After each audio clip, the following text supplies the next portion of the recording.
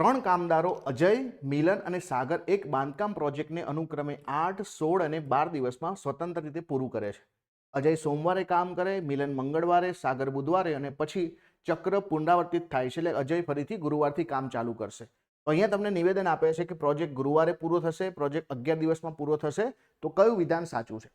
સૌથી પહેલા બેઝિક માહિતીથી સ્ટાર્ટ કરીએ કે ભાઈ અજય જે છે, મિલન અને આપણને સાગર ત્રણ વ્યક્તિઓ આપેલા છે. અજય 8 દિવસમાં, મિલન 16 દિવસમાં અને સાગર જે છે 12 દિવસમાં કામ પૂરું કરે છે. હવે આ ત્રણેયનો જો આપણે લસા લઈએ તો કેટલો આવશે?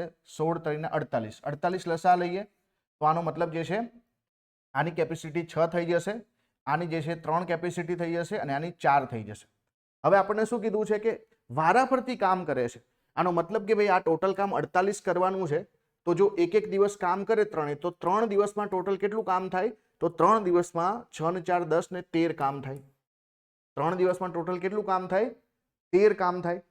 હવે જે છે આપણે કામ કેટલું કરવાનું છે? 48 કરવાનું છે. તો 13 × 39 એટલે કે ટોટલ જે છે 9 દિવસની અંદર 39 કામ થઈ જશે. ટોટલ 39 કામ થઈ જશે. અને પછીનો જે 10મો દિવસ આવશે, 10મા દિવસે કોણ કામ કરશે? તો અજયભાઈ કામ કરશે. અને અજયભાઈ જે છે એની કેપેસિટી તો 6 કામની છે. તો એક દિવસમાં 6 કામ કરે છે. તો ઓલરેડી જે છે આપણું કામ જે છે કેટલું બાકી છે? 48. એટલે કે ટોટલ 8 ને 9 કામ બાકી છે. તો આ જે છે પૂરેપૂરું કામ કરશે ને, અને પૂરેપૂરું કામ કરશે એટલે કે ટોટલ જે છે 45 કામ થશે. હવે કામ કેટલું બચ્યું છે? 3 કામ. તો જે છે 11મા દિવસે આવશે કોણ? મિલનભાઈ, અને 3 કામ કરશે તો કામ 48 પૂરું થઈ જશે. એટલે કે ટોટલ 11 દિવસમાં કામ પૂરું થયું એ તો બિલકુલ સાચું છે. પણ ગુરુવારે પૂરું થયું કે નહીં એ ચેક કરીએ. તો જુઓ, પહેલા જે છે ટોટલ આપણા 11 દિવસો થાય છે અને 11 દિવસો થાય છે. 11 દિવસમાં કામ પૂરું થાય છે.